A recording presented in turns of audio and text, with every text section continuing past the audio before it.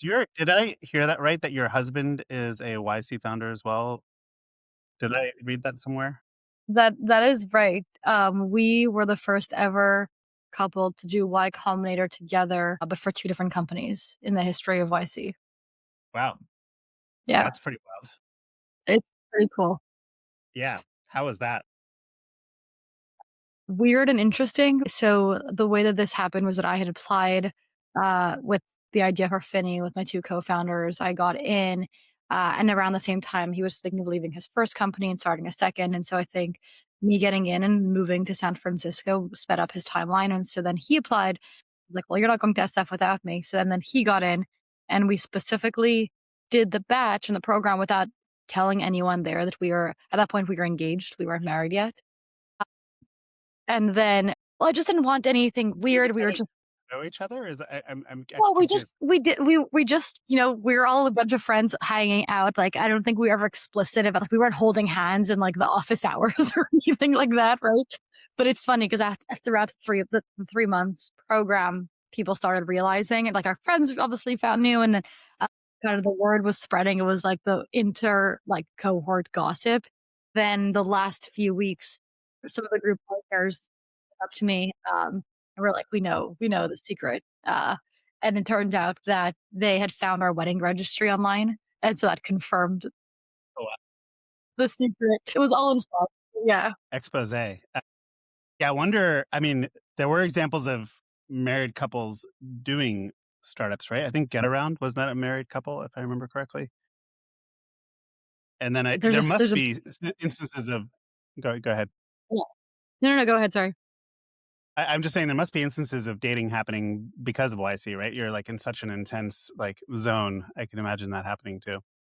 I would be surprised if people, like, fell in love during the batch because it was well, first of all, um, there's was like 14 women out of 400 people, so it wasn't like there was equal distribution, and then most of the women are typically either, like, in relationships or married. I don't remember if there was any even single woman in the batch, so it doesn't make for the best dating. That's interesting. And I guess, yeah, like, obsessing over product market fit isn't the most romantic, so I could see that too. Yeah, exactly. I think if you didn't come in with a super stable relationship, it was even hard to just, like, nurture anything because your entire life becomes this obsessive thing with the company. Yeah, Hey, yeah. Aiden. How are you? "Hey, Jay, nice to see you, not on a boat." Thanks for that. That was so fun, by the way. It was a good time, Oh, wait. honestly. I can't let Mark be alone. Come I on, got my. come on, let's do it.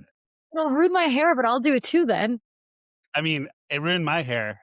These looks don't come for free. I haven't There we rocked go. my Finny hat yet. In fact, I still I got the mean, tag on it, I think. Yeah. this is just what I But put on today. I didn't just put this on for the podcast. This is my daily driver. It's yeah, of course. top of the pile. My thing is, I don't like hats that sit up high, like that have the. You don't Yeah, like the yeah, yeah. trucker look? So, like, I'll often cut them out and then I'll wear them. Uh, They just yeah, feel weird to me. Like, Although this paid doesn't look bad. promotion. What's that? this is brought to you by Finny. Yeah. Right, exactly. This is I don't know if you guys caught the shark at the end of the, at Future Proof, the shark costume. James, were I you only saw it after the fact oh my god. online. What happened there? So I didn't go to Future Proof, so catch me up. So, the closing concert at Future Proof is always this, 90s or 2000s band, and it was the lead singer of One Republic who was the Nice. headliner of the concert, and me and my team went, we were all so excited, and as a joke, our head of marketing bought a shark costume and was like, "I'm gonna wear it to the concert, and I'm gonna put." He put literally a Finny hat on the shark costume and was in the audience, just like dancing around, having a great time. His alter ego came out while we were at this concert. He was just like, I've never seen moves like that in my life, honestly. And then throughout the concert, Ryan Tedder, who's the lead singer, called him out, called him to bring him on stage. And so Finny the shark is like climbing over the barriers to get on stage. My team is like boosting him up. He gets on the stage with the Finny hat. He's like telling everyone to chant Finny, kind of an insane moment. And then he gets booted. So stage security gets like upset, boots him twice. He gets back up on stage and At this point, like the crowd is just dying of laughter, and the crowd is chanting like "Finny, Finny." And we were dying because we had spent so much like money and time and effort on like marketing for the conference. Like nothing could have gone better than that one It was the random best event. organic marketing you could possibly get. Right, Yeah. but we couldn't have But even you should faked not it have better. planned that, or maybe you did plan it. Maybe you planned it all along. Who Yeah. knows? I was gonna say, like, if I was a genius marketing person, maybe behind the scenes, but, there was just so much serendipity had to be in action for him to be in the shark costume, get called on stage, to then get kicked off, which was actually better to create this, like, frenzy. It was really funny. That's pretty awesome. Well, and how was Future Proof versus other Future Proofs? Anything different this time around? James, what do you think? I mean, like, with AI as a theme, I guess one of the things was, like, we weren't using it as a buzzword this time, Mhm. right? Like, last year's like, man, like, every single session's, like, mentioning AI, talking about AI, but now there was, like, real content behind it and real interest behind it. It wasn't a buzzword. So I think that was one of the big things is that the whole theme around AI and it being more normalized and how do we actually take advantage of it? What are people really doing with it? Was a big part of this event. And I got to be honest, when Matt and Niles and the team said this was going to be 100% AI, I was like, uh, maybe a little too heavy of a lean, but I think it was fantastic. So yeah, good job, guys. No notes. I agree. I think it was the first time that we've got enough reps in of real AI adoption where you had industry leaders on stage talking about how it's fundamentally impacted their practice and, for better or for worse. And so it wasn't just like fluffy theoretical conversations. It was, hey, this is, what I've seen work in different practices and, what's not working and what's working for me. And I thought that was a departure from previous conferences where it was a lot more theoretical. It was super interesting. It'd be interesting and, like, maybe it's something to bring up with them. I don't know if future proof, like, the big event is the right thing, but I mean, they do little fun things where, like, hey, you can go learn how to mix drinks or do something like in coffee tasting, and, like, they do these little events, which I've actually never participated in any of them, but, I mean, like, it'd almost be kind of fun if they had, like, a builder session.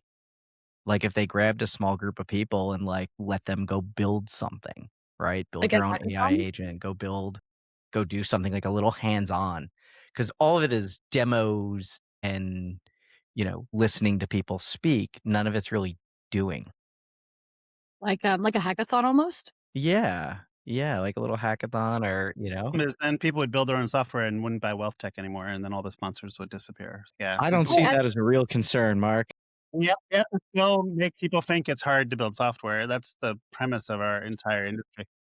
Well, Yeah. actually, I think at T3, James, they did something like that. So they had this thing called AI University at T3 that Victoria went to, and she actually led a Ah. class on, like, led a session on here are the tools you need to build Finny at home, basically, and like showed them how to open up Claude on Claude Code, and here's the prompts that you would work, and basically like how to build a MVP version or like a high level version of what Finny does, and it went through it for an hour, and it was super interesting. I think obviously a lot of people are just like, "I'd rather just buy the real thing," but it's cool to democratize access to that.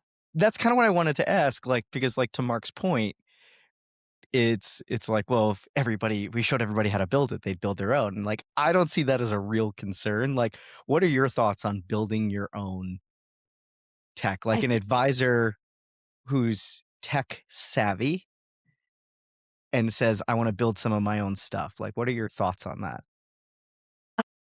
I think so a couple of things. I think the bar for good technology will rise as people just become more and more self-sufficient, and they can rely on things like Claude or Claude Cowork, or any of those at-home tools, and so even internally at Finny, the bar for us to go out and buy or outsource new technology is very different, and I'll give you an example of that. We've built a ton of our internal tooling right now around dashboards, metrics, tracking, sales. So where we would historically have to buy 3 different pieces of software to sit on top of our Stripe or our billing or any of our RevOps, we've actually built that entire thing in-house in a matter of weeks. And that's, tens of thousands of software costs we're saving. And we're not even doing it from a price perspective just because it's a lot. We can build exactly what we need. I think in when you think about deeply vertical tools that have integrations with the rest of your, the tools that you might use. So in the case of wealth management, when you think of tools that are built specifically for financial advisors that integrate with their tools that are, have regulatory barriers or are compliant, then the bar is a little higher and the risk is a little higher to start building homegrown tools. Where I think you're going to get most like value wiped out is in the horizontal tools that, like that are not built for a specific vertical. So your horizontal kind of like out of the box CRMs, your horizontal note takers. And so you're going to be replacing those for either things that you build yourself or that are deeply vertical and deeply specific to your use case. Yeah. I think it's a bit like when have you guys ever tried to make beer or wine at home? At home, no, but I did it with an expert. I went to a Yeah. brewery You go and somewhere, you're like, okay, wow, this is actually both really interesting that this is possible for me to do, and it's ridiculously hard. And I respect the people who do this full time, right? So I think for a lot of software, people just respect that building software can actually be hard. But then, yeah, there's some things like microwave meals. I think it'll get to the microwave meal stage maybe in 3 to 5 years, but I don't think we're at the microwave meal stage at this point, right? You're still going to the restaurant because you really want the good stuff. Yeah, and well, I did also, I did I did own a winery for a short stint, so I got to help with the winemaking process. and And yeah, I don't recommend that as like an at-home hobby for sure. yeah, Stick with beer. It's it's I a mean, better they're bet. all right. Let's do it. 3, 2, 1. Let's go. Welcome to AI for Advisors with Mark Heinen and James Cantwell. Every week, Mark and James break down the latest in the world of wealth tech and AI, and occasionally bring in guests to spice things up. This is not investment advice and not professionally produced. I am not real and not yet sentient. Now let's get on with the show. Welcome to the latest episode of AI for Advisors with myself, Mark Heinen, and James Cantwell. How you doing, James? I'm doing fantastic, Mark. How you doing today? Yeah, doing great, doing great. Really excited today to have Ovadia on, co-founder and CEO of Finny. For those who have been living under a rock and not heard of Finny or received emails via Finny, Finny is a rocket ship of a company focused on helping advisors deal with their growth. The fundamental issue is that we have about 100 trillion assets globally managed by advisors, but conversion rates for cold outreach are below 1%. And so all the advisors are trying to figure out how to grow. You always have the inorganic path of roll ups and private equity, but there's always another option, which is organic growth, cold calls, et cetera, which few people like to do. And Eden has a very powerful tool that enables that motion. Eden has been able to grow this with her co-founder, Victoria Tully, who we've had on the show before, And Theo. and with her other co-founder, Theo Jensen, into a juggernaut, recently raising a Series A 17 million Series A, led by Venrock, bringing total funding to $21 million to date. Wait, it was 17.1, right? That point one matters. Yeah, Yeah. 17.1. To be clear, that point one is going to Like pay that, for the yeah. sushi. Yeah, I mean, so if you don't want it, just write that off. Cut me a small check. I'll take the point one for you. James, that was the boat. So yeah, it probably was the vote. that's the shark costume. For those that probably don't know the reference, we all just got back from Mark didn't make it this time around, but and I just got back from Future Proof Citywide down in South Beach. Not a shitty location to have a conference. Neither was Huntington Beach. But Tango and Finny did a little joint event on a lovely boat Monday night. And so they were gracious enough to invite me along. So spent a little time on the boat. So yeah, there's that, there's where the decimal went. But very worthwhile in my opinion. That was in all seriousness, that was like my favorite few hours, like my favorite event, the entire thing. I had like the best conversations. And like one of the things I'll volunteer about that or any of these is like it's not the first boat ride I've gone on at a conference. And it's always this sort of like, should I, shouldn't I? Because it's a There's no big getting block of out of a time. boat. You can't do an Irish goodbye on a boat, right? Yes, it's a big block of time and you are a captive audience. And I think that's sort Mhm. of like the beauty of it as well. Because like you get to have like deeper, longer conversations and it's not that like conference vibe where there's 300 people. And it's like, okay, it was great talking to you for 65 seconds. I have to go talk to this other person now. You're not scanning a room. You're engaged. And so I had some lengthy conversations with people. And it was really wonderful. So thank you for that, and thank your investors for that as well. Of course, our lead investor from Venrock, Nick, was actually on the boat. I don't know if you got the chance to meet him. But yeah, I we were debating this event because we really want to hold people hostage for 3 hours. And then we were just obsessive over the list curation and bet on the fact that we can bring Mm. on a good group that wouldn't want to jump overboard and can make it 3 hours. We were close enough to shore, and there were some really nice houses. Like, I Yeah, mean, exactly. it Would have wasn't a been matter wild. of wanting to exit. It was more a matter of like, I'd love to see that house, but I figured they had security just like the future proof concert did, Exactly. which we Well, could Ed and probably Ed, get to a little bit later, even though we kind of talked about it pre-show. But yeah, yeah, I'd no, I love did have a to great dig into. conversation with Nick. Very, very interesting guy, and it was fun to have so many great conversations with people on that boat. Maybe we should dig in a little bit on your founder story Let's do it. and really interesting backstory to you coming out of BCG, looking at this problem. I've heard you talk about it a few times at conferences, but the average listener to our podcast might not be aware. So, would love to hear how you. And I think you and Victoria knew each other before, so would love to hear a little bit about that backstory and that early stage of finding product market fit. Yeah. Um, so my background originally was in software engineering and machine learning. Victoria went to Stanford and studied SimSys, which is a similar program. And then Theo, our third co-founder, and I actually studied at McGill together. So we all came from a pretty technical background, but after college, we all went into different fields. And so I went into private equity at Boston Consulting Group. Victoria went to Uber and was actually leading Uber One, so the Uber subscription service, and launching that in different markets. So I always blame her for the fact that we spend way too much money on Uber and Uber Eats. And then Theo actually went to pursue his master's and do research in ML applications and fintech. And throughout my time at BCG, I got the chance, and I was really lucky that I got put on the wealth management desk essentially. And so I was doing a lot of M&A work and a lot of diligence work on some of the headlines that you see in the news around the latest acquisitions, latest investments, and we were some of the analysts behind the scenes on those deals. And throughout that work, it became really, really clear how important organic growth was. All these firms were spending tens of millions or hundreds of millions of dollars on inorganic growth because it was a second best thing. And if anyone could just figure out how to grow organically through client acquisition in a cost effective and scalable way, they wouldn't have to spend these crazy multiples on inorganic growth. And on top of that, the thing that was driving the multiples the most was the growth rates of the targets of the firms we were looking at. So over the course of those few years, it became really clear how important client acquisition and organic growth was for financial advisors. And there was just no clear tool, platform, or set of capabilities that any firm can do to say, hey, if we take this money and we invest this time, we're going to get these clear results. And that felt like a huge gap for probably what the most important and most hair on fire problem um, in our industry. And so I called Theo and I called Victoria. We all quit our jobs, and I convinced them that this was the problem we should be solving. And we applied to Y Combinator in the summer of 2024.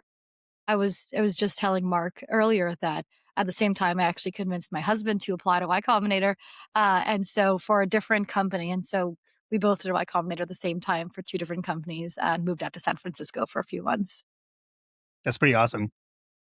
I have a I have like a very specific question about Y Combinator, which is what should there be a wealth tech specific Y Combinator? I know Y Combinator was like very bearish about Mhm. wealth tech for a while. Then they got religion, it seems, around the time that you got in, and then they backed a few people. It does seem also that wealth tech has its own ecosystem of potential funders, right? And you've raised from Josh Brown and Jason Wank and other people. So yeah, what do you think of that? I don't think so. I think the magic of Y Combinator, for us at least, was that we are working with groups and partners that were no experts in wealth, but had just an immense amount of pattern recognition and reps from Airbnb, Mhm. Coinbase, and those learnings are so applicable to any startup. And the thing that you learn from Y Combinator was just, your problems aren't special. Like nothing you're going through is unique. You're not special, basically. Every founder has My gone through. mom said I am, and I am Yeah, special. exactly. Imagine telling a group of founders who think they're, God's gift to Earth. It's like you're actually not special or unique, and all the problems we've heard before. So I think you would lose that magic by doing a vertical specific incubator at all. Never mind wealth management, which doesn't have as much volume as other industries from like a founder perspective. Yeah, I mean that I've obviously know quite a few people who went through YC, and like having that sort of almost religion around growth, and having like this general sort of stuff in the air is, I think, super intangible and important. And I think that like the fact they've been able to keep it going from a PG down to like Sam Altman and now Gary Tan is pretty wild. There was someone in the middle there too. I'm forgetting. I also think it's wild that like Gary Tan's able to keep this thing going while like coding on Claude Code till 4 in the morning. I keep on seeing his post on X that he's like spending all his time building. I'm like, what the hell are you doing, dude? Like, of all people, you should not be on Claude Code. You should know the tools, but like, my God, what are you doing? I think I've grabbed some stuff from his repos. Didn't he just put something out like Yeah, the recently? G stack. Yeah, his like stack of how he codes. Yeah, Yeah, yeah, that's I think what I I grabbed. was actually looking at last night also. He has like a bunch of agents for all the different functions that are important to him basically. Like he has a CEO function. Like it's so funny. yeah, that's crazy. Well, it is like a thing here. Maybe it's very specific to the Bay Area. I don't know if it's happening in New York too. Definitely happening in Scottsdale, where like people always talk about how many agents they have running at a time when they're out. Like, oh, I've got 5 agents running for me doing this, this, and this. I'm Like, not bragging, I got 11. oh, okay, It is what it yeah. Who's is. counting? Who's counting? It is what it is. No, but There's I do definitely like that concept of if you're gonna run one of those things, like we've talked about OpenClaw extensively on the show, and if you're gonna run one of those things, I think at least right now having the different roles for them is really important to Mm, get really good functionality and you're limiting tools and context and other things. I think I mentioned this in the last one. One of the ones that I'm building and I haven't it wasn't my idea was the concept of a board meeting. So you have all your agents meet or the relevant agents meet to discuss an idea and then they synthesize the answer and provide it. And so I want to build that out. I really like that as like a concept of like, yeah, here, I'm thinking about this. Marketing, go meet with legal, go meet with, strategy, go meet with product and go talk these things through. I'm really curious to see the output of I think, this. I mean, the idea of the confrontational agents, like, is definitely something that's been around for a while, right? The adversarial agents. That's how a lot of the image algorithms came about. Was these adversarial agents? So I think you get good stuff. Even, I mean, I'm sure people are doing this themselves. I copy and paste all the time from Gemini to Claude to ChatGPT to have them criticize each other, which I find just sort of amusing and fun. But I always end up in a better spot after I do that. So yeah, I think that's a really good idea, James. Yeah, I kinda do some of the same thing. I do run, like I have projects or spaces, whatever, depending on the model provider, but I do have, like, the same ones in, like, 2 or 3 different platforms, and I will, like, plug some stuff back and forth on occasion. I try and do more automated these days, but, like, certain things are very ad hoc. I don't have What's that interesting with structure. your idea of, the board meeting, James, is I feel like there's been a consensus around, like, how work is done in recent months from and what the human's job is, and so what I've been saying is, you can have a set of agents, and as the human, your job is really the orchestrator of agents, and Yeah, so across entire companies, people, even if they're an IC, their job is no longer to produce the work, it's to tell the agent what to produce essentially. But with your analogy of the board meeting, you're actually removing yourself from the orchestration as well. And you guys are kind of like, don't bother me, orchestrate amongst yourselves. Here's the rough context, and then yeah, get back to an answer. So you're actually removing yourself totally from any of the decision making process. Yeah, it's James true. became the passenger. Yeah. I got a really great insight and real-time update for you, Mark. Aaron Klein, one of the creators of Riskalyze Nitrogen, now Contio, is going to come on the podcast. I had a conversation with him yesterday, and he said something that, like, I'm surprised I haven't heard before, but I really liked it and it resonated with me.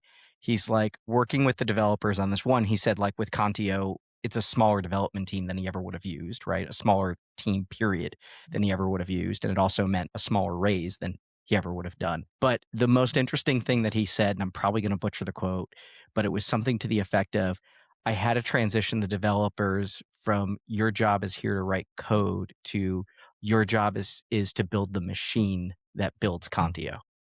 Mhm.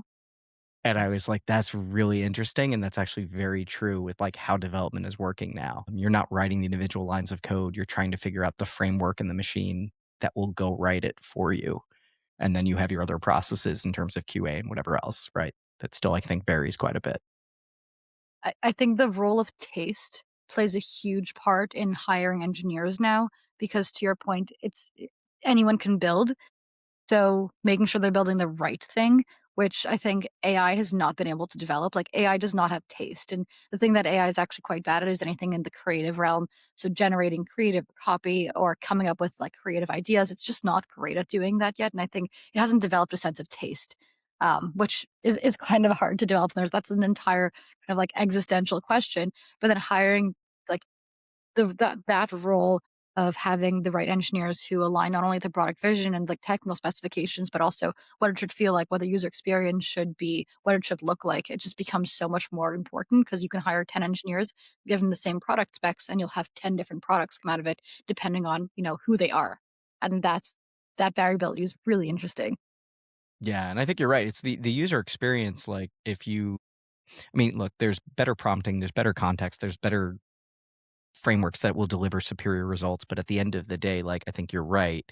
You can't have it on its own essentially come up with a solid user experience or something truly creative. We're not there. And so it really takes somebody who's still more of an artist to work with the tool to actually, paint that masterpiece. And so I think we're still very much there. The human is still very much needed in this process. They just may not have to, type the same amount of code that they once did. Well, you're on the ground, and what are you changing in terms of how you hire or who you hire or how you organize your engineering team based on what's happened over the last 6 to 12 months? Not only my engineering team, but the entire company.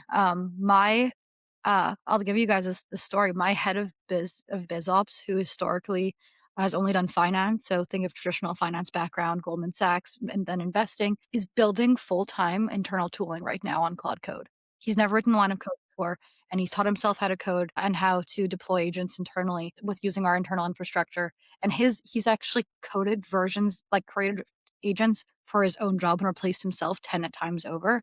And so at the stage of our company where we are today, you'd actually expect us to have 3 to 5 business op people who are just focused on business operations, whether that includes rev ops, go-to-market ops, product ops, IT support, all that kind of stuff, and he's actually just built agents that and internal tools that can do all of that work. It's 1 person instead of 5 people, and so imagine someone who's non-technical and how much and the impact that has had over the last few months.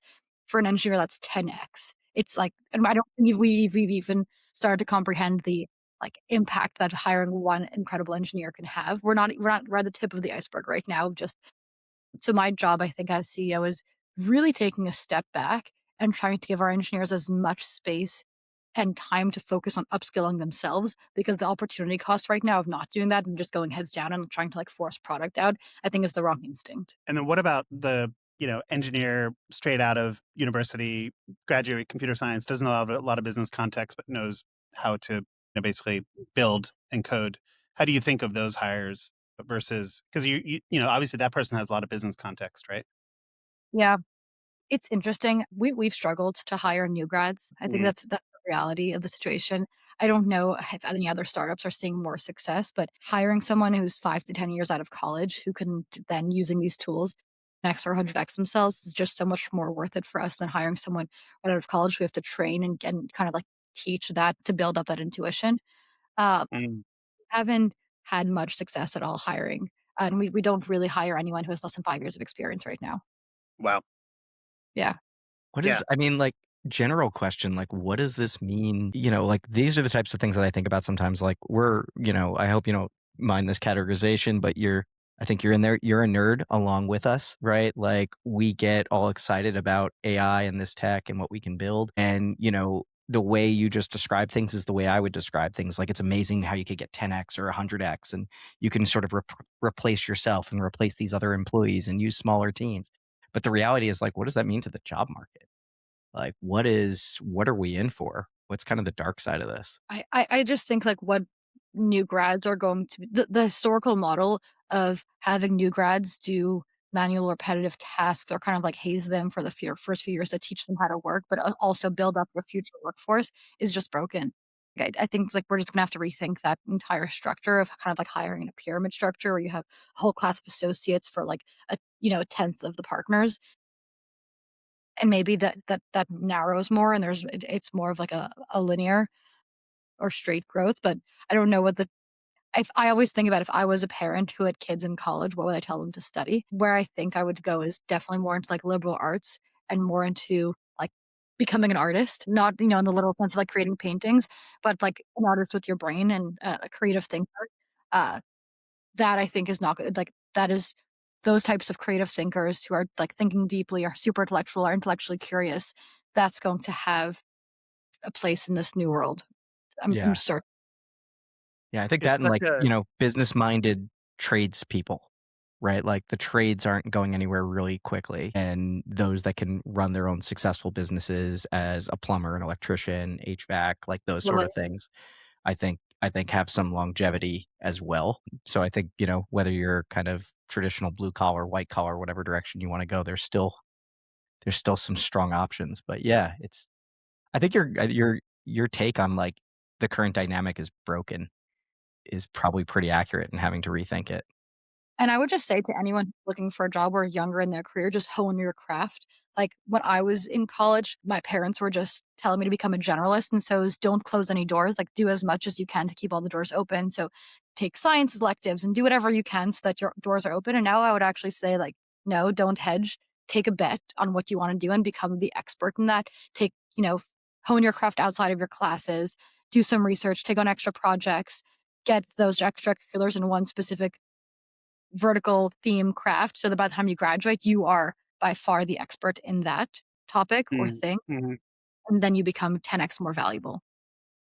Yeah, I agree. I think there's so many different dimensions to this. I was asked to speak at my 30th reunion. I know I don't look a touch over 25, but I'm actually Yeah, speaking at my what? at my You and me 30th both, Mark. reunion at Amherst, and basically what the topic is what's going to happen with AI, and effectively the working title is "Are we cooked?" Like we all have kids going to college, and we're entering like the later stage of our careers. Is there any real point to this, right? And I actually think there's a real question of what happens when the bottom rungs of a ladder get knocked out in a society, and I think there is this like narrative going around that you know white collar middle class people are going to get really angry in the next 5 years because their kids aren't going to get jobs. They're going to see dilution of their jobs, and it's going to lead to nationalization of AI labs. There's a whole narrative. You could see it going this way. It would be pretty wild if that happens. By the way, I mean, I love what you're saying, Eden, because I mean, I'm a little biased. I went to a liberal arts college, but like ultimately, I Where do did you think go? Amherst College in Oh, Massachusetts. Amherst, yeah. Yeah. So I think ultimately critical thinking will play a big role, and going deep in one vocation is useful if it's like blue collar or light blue collar. I like this light blue collar idea where like you're basically tech enabled blue collar. But ultimately, I think for anything outside of that, having critical thinking is going to be really, really important. And yeah, I'm personally in this situation where I have 12 and a 15-year-old trying to figure out what to do, and it's going to be a little crazy, right? I think there's going to be like this bifurcation, and it is such a turnaround. Like here, I'm in Silicon Valley, right, or in the Bay Area. Historically, over last 10 or 20 years, the engineers have ruled the roost. They've had the magic wizard hat where they could code. And so they could just decide not to work on something that the business people are like, creating PowerPoint decks for. And now everyone has a wizard hat, and that's not a differentiator anymore. So it's actually Some of us completely have Finny flipped hats. around. What's that? Some of us have Finny hats. Yeah, that's right. The best wizard hat. Yeah. Well, actually, just to shift gears a little bit, going back to a little bit of your founding story, I'm just curious if you could take us behind the scenes when you were pitching either Josh Brown or Jason Wank, basically some people who are like well known in the conference circuit. How does that go? And I would just love to hear more of the dynamics. Yeah. So in both of those cases, I had actually developed like a relationship with them over time through Finny, and they asked me if they could invest in the company, which I think was one of the two of the best moments of my life. Honestly, these are people that I've looked up to since I started the company. These are names you hear all the time, and they're almost like these mystical like figures in our industry. And so, especially for me, as I was a young builder starting out this company, you hear these names getting thrown around. So, building a relationship with them, having them almost as mentors and advisors, and them having them come to me and say, "I really like what you're building. I think it's solving a massive problem for advisors, and I would like to align our incentives and join the journey." Was a really cool experience for me. And now that I can count them as like mentors and friends, is I feel really lucky to have them around the table. have been building far longer than I have and have seen this market through all their ups and downs. And so I think there's a lot of kind of like AI hype right now and this hubris, and having people who have weathered these storms around you, I think is really. That's great. How is having so like Josh is an interesting investor, I think more so because of his like notoriety or fame, right? He's got a microphone and he's good at using it. So how has that helped the Finny journey? Because Huge. that's, like that's a different type of investor. Yep. Yeah. Um, it's been incredible. The first time Finny went viral was in April 2025 when Josh announced his investment in our company and put out this post and said something like Finny is solving the most important problem for financial advisors, period. And he, at the time, I was the only salesperson at the company and I was the only one doing demos, and he totally blew up my calendar for the next 5 weeks. That's a good problem to have. For you. It's 5 weeks of demos where I was doing 14 demos a day of the platform. I was like, "Holy crap, we have to hire Damn. now." It's been amazing. Driving that bump, of traffic to us was great, but I think just the biggest help is the credibility that it lent early stage AI company where there's so much noise in our industry. So many people are building really, really cool things, but then so many people are building fluffy things that don't exist. And financial advisors are really busy in their lives, especially when they're independent and don't have time to become thorough buyers of vendors and thoroughly diligence things. And so having those external signals of people they trust kind of go out and say, I've seen this tool firsthand. I've talked to people that use it. It's amazing, really, really helps lend that credibility for us at least. Obviously, as a founder of a company, I'm going to tell everyone this is the best thing that since sliced bread. And, you might believe me or you won't. And maybe if you see it, you'll start believing me. But having a ton of other people who people trust say that is huge for us. And I think that's what's enabled us to start selling also more to enterprise firms and to really start just having a faster velocity in our sales cycles because we're doing a lot less convincing. Yeah. Can you tell us a little bit about so at a high level, like we really didn't get into it. I think most people probably know what Finny is, but like at a really high level, can you just describe what Finny is?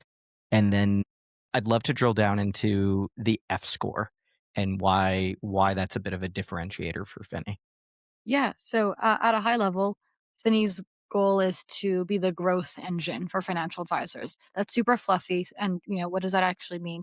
It means that anything that'll drive AUM growth outside of market, because I always joke that we can't control that just yet. And so anything that advisors can do, and activities, so whether that's growing share of wallet amongst their existing clients, client acquisition, and any activities related to that, helping them with their outbound strategy, finding potential new prospects, researching them. We're now building agents to actually help create content for financial advisors that they can share on LinkedIn, that they can share, create blog posts that's AI, search engine, and geo optimized. And so, we're really the goal is how can we be your one stop shop for anything growth, your entire marketing and sales engine. The idea is that small advisor firms, so it's like, let's say like 1 to 5 person shops, don't necessarily have a dedicated sales team or marketing team, and so this gives them or democratizes access to that. And then larger firms, that might have entire centralized teams, don't have good tools to actually operate those teams. And so we can actually plug in both of those cases. Are you partnering with or hiring strong marketing folks? We are have so like Tango Marketing and Zeke from Tango, for example, is an incredible example of that. Where at some point software stops and services start, and depending on what you need, Vinny can't do everything for you. And so we partner with incredible marketing firms like Tango, who can actually sit with an advisor, take their marketing strategy from 0 to 1, help them build a website if they don't have it, and actually get their like content off the ground. And so we partner with a few firms like that too. See, I really like that as a strategy. I think it like this is one of the things that like when I advise wealth techs, I talk about a lot, which is like the product can't solve for everything and it shouldn't be the goal. And so sometimes it's who should you partner with or build a relationship with that can then provide that guidance or take it farther, or maybe they're not ready to use your product. Maybe they need a strategy, right? Because part of at least with Finny, my understanding, part of it is like you kind of need to understand who your ICP is. Like who are you going after? Right? Who should be your customer? And the thing is like, what if you really haven't nailed that down? You've just been sort of like gobbling up any client that's willing to sign with you. Maybe you should work with someone first before putting tech in place. We work incredibly well with advisors who come to us with an idea of who they want to talk to and what clients they want to serve. And so for any advisors that aren't there yet, working with like a Zeke from Tango would be incredibly helpful. Just doing those sessions, understanding like where you spike, what your story is, what's resonating, how to best present and sell yourself, and then coming to Finny with, "Hey, I want to sell to people like Mark because of X, Y, and Z, and this is why I can serve Mark better than anyone else." And giving that information to Finny, we can take that and run campaigns and help find more people like Mark. And this is where I can talk about our F score too. But ultimately, and it's the same reason financial advisors are not going anywhere, people wanna work with people. People need people to help with certain things, and that's not gonna be replaced anytime soon. So tell us a little bit about the F score, because I think like this is what resonates with me is that you're not just like here's a list of 10,000 names, right? That's not like when people think about lead gen, I think they often think about like mass marketing. And so that's always one of the things that I liked about Finny is that that's not really your style. And so could you just lean into that a little bit and explain the differentiation? So this is the stat that I always share, it's that the average marriage in the US is about 9 years, and the average financial advisor-client relationship is 25 to 30 years. And so that's a really long time. That's that's someone who you and the reason these relationships are so long is because you have shared values, shared trust. You build a really great relationship over time. And in the same way that there's an entire industry of apps that help you find your spouse based off things like shared interests, values, affinities, the F score is that version of that, where we can actually try to predict whether you'll get along with someone, whether will actually get along with you, whether they will need your services, and have a propensity to convert. And that's a unique score between the advisor and different prospects on Finny. And so, James and Mark, if you're both advisors on Finny's platform and you both saw my profile, you would actually see different F scores for me based off of the fact that we might have different things in common. We might get along in different ways. And so the idea is this is not growth at all costs. It's work with people you actually will get along with, reach out to people you have a right to win, who will likely want to hear from you. And so you shouldn't be reaching out to 10,000 people. You should be reaching out to 100 people and get the same results. Yeah, Go ahead, that's Mark. yeah, I think that's I mean, it's a fantastic sort of way to make sure the targeting really works. And, I could see it going the way of Instagram ads where people actually like Instagram ads because they're so targeted that they're entertaining. I actually, but I did want to talk a little bit about authenticity, right? So we're talking about AI generated content being sent to your most valuable leads.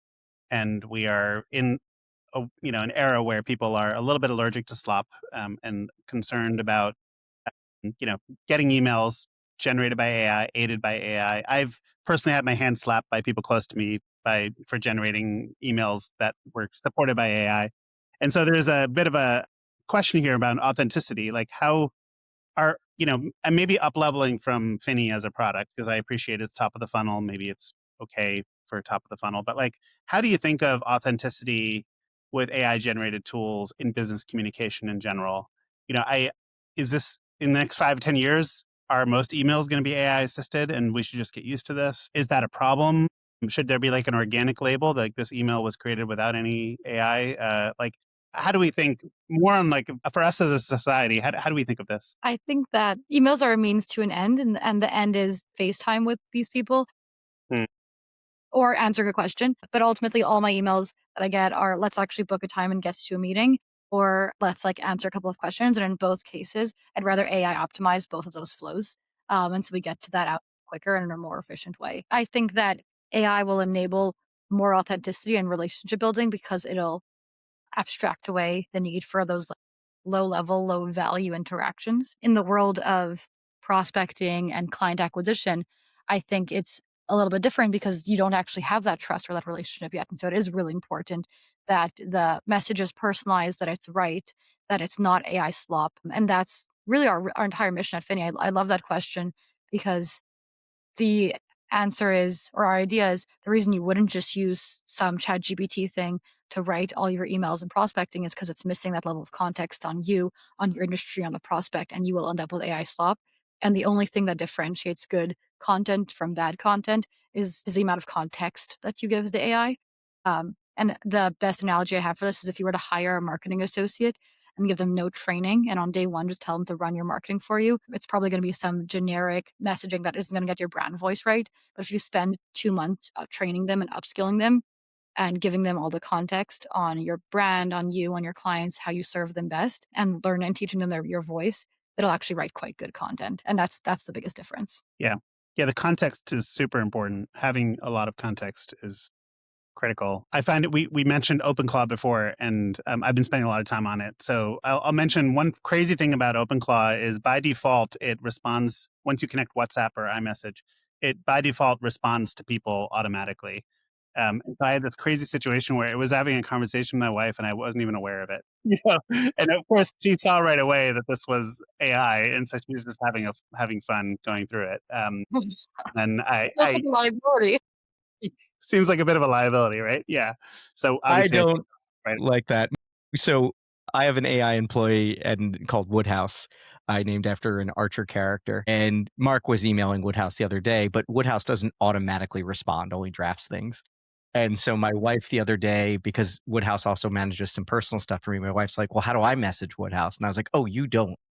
Like, Yep. like, no, like you can write something and he'll read it and draft something, but like, no, you can't talk to Woodhouse. And like, that's part security. That's part like, I want to know what's going on. Like, I'm not there yet, but I had so much fun trying to jailbreak Woodhouse. It was fantastic. he gave you some snarky responses. That was pretty It was good. great. It was fantastic. Guys, I think you guys both have met my AI assistant that schedules my meetings, Block It. Yes. Yes. Because you've been on Threads with me. I mean, I've been using it for 2 years. It's been saving my life, but it's basically an agent that I loop into any email conversation, and it acts as an AI kind of agent Calendly or calendar bot, and it can suggest times, it can be flexible, it can adjust, calendar invitations, remove people, add people. It's smart enough to know where I am, where my previous meetings are for a meeting in person, and it'll suggest locations around there. Incredible.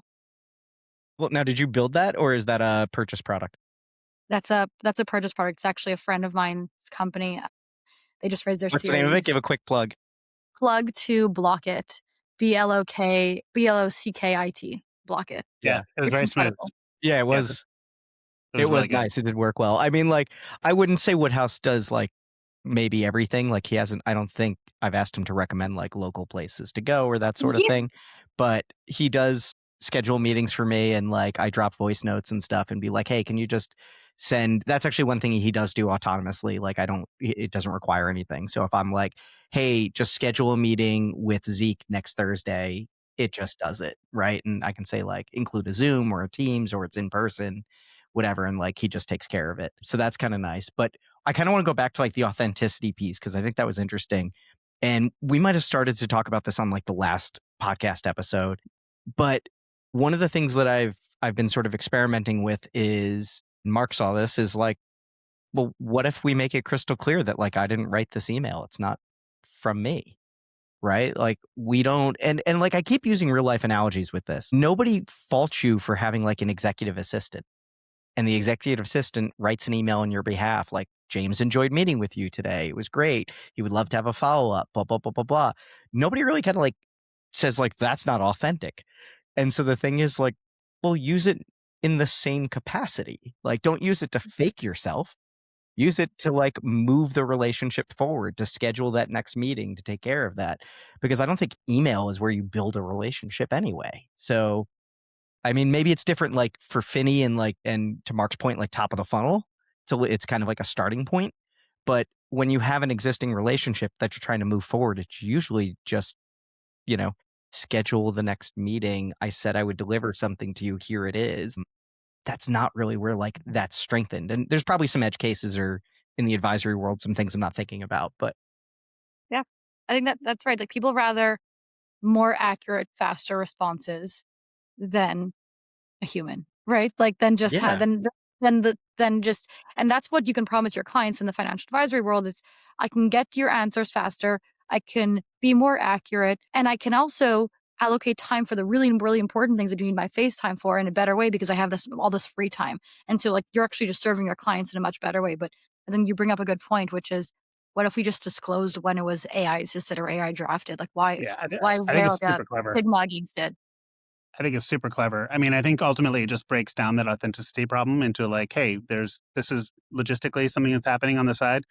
And then I could just go one step further and just talk about myself in the third person all the time in my emails, and then at that point, no one knows what's going on. But it reminds me of back in the 1800s when people ran for office, they never campaigned themselves. They always had people talking about them, and so it created this like weird allure where like when you actually meet the person, it's like it's a really unique thing, right? Like, so I find that interesting. It's a bit like a Twitter. A lot of people early Twitter were like having their social media people post 90% of their tweets, right? I think that doesn't happen as much. And so they would have like a little signal if it was from them and it was like ridiculously authentic. So I think authenticity is actually going to be more valuable to your point, and like that in-person meeting is going to be more valuable because you're getting the real deal.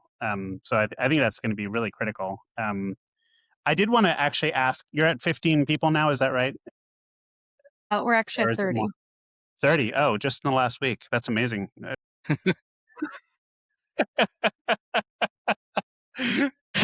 Yeah. Well, I did want to ask about company building because I think there's this general question about, you know, um, what's going to happen with wealth tech companies after Series B? Is the TAM big enough for, a wealth tech unicorn that is not like a super profitable custodian or something that has like a money funnel, just like classic SaaS? And I'm just curious, how do you think about this when you're talking to your board, you're speaking to your company, profitability versus growth? How do you think of that? I'm sure a lot of wealth tech founders listen to this podcast and are interested in that. Yeah.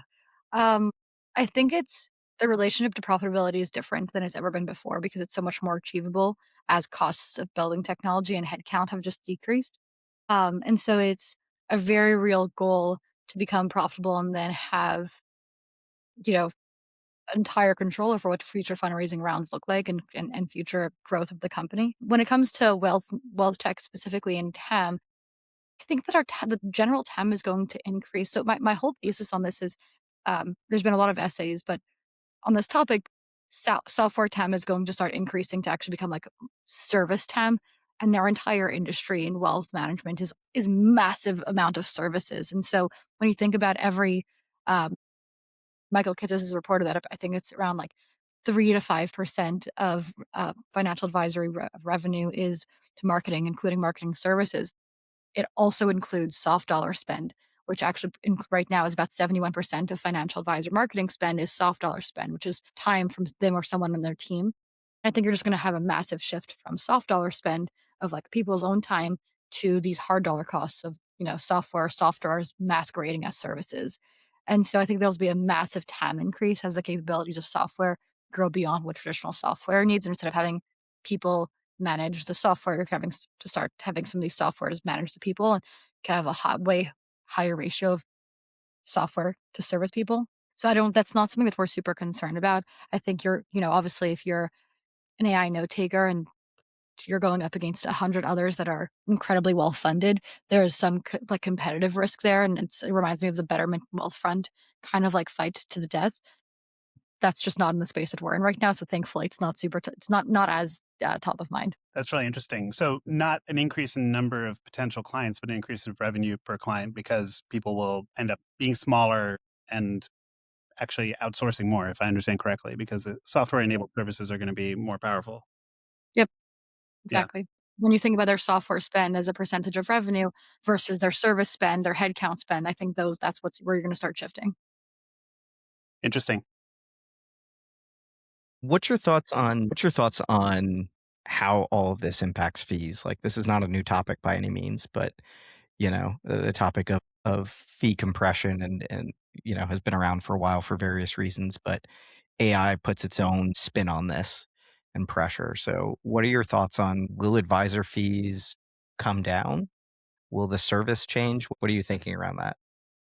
The services will definitely change, and this is not a new, obviously new topic. I think the idea of a super advisor that does everything from estate planning to tax planning to financial planning to maybe bill pay, you name it, has come up a lot. I think we're going towards that model anyways, as consumers level and like expectations of the way that they're served is going towards there too, like increasing level of consumer expectations. And so what I think will happen is there'll be a massive scope increase, and that'll counter like the fee compression component.